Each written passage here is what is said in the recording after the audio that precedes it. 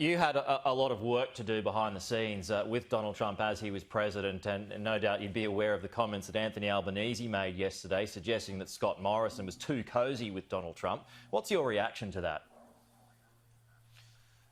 You've got to put your nation first at all times. And because of the relationship between, or the relationships between Malcolm Turnbull, Scott Morrison and Donald Trump, Australia didn't have any trade sanctions on it.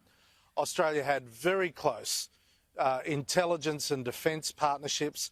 Australia is a preferred contractor in relation to the US defence. Australia has had greater access to US capital investment. And when China has been bullying Australia, the United States has stood steadfastly behind us in both words and actions. Now, that's about the national interest.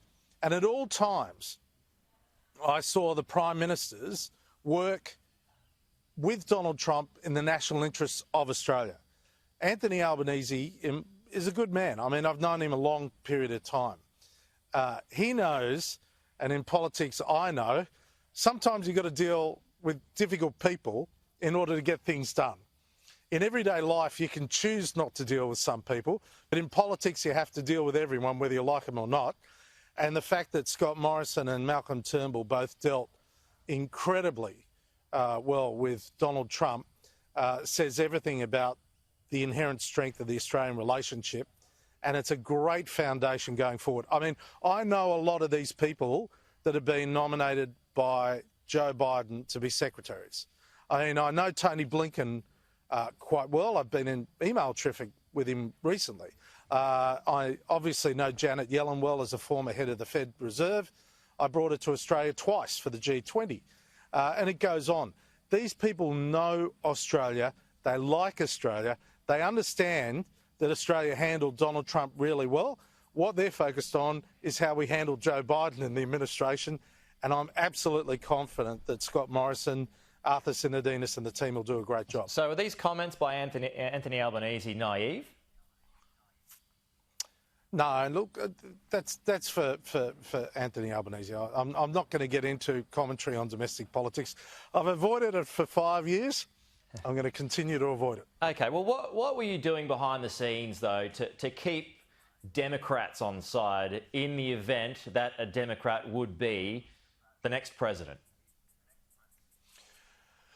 Well, we kept up relationships with all the Democrats. Of course we did. I mean, you know, Kirk Campbell, for example, who is now the Indo-Pacific Czar, he is very well known in Australia. I had many meetings with him, but it goes on. I mean, when we set up the Congressional Caucus, the Australia-US Congressional Caucus, made up of congressmen and women and senators, we had joint heads of Republicans and Democrats.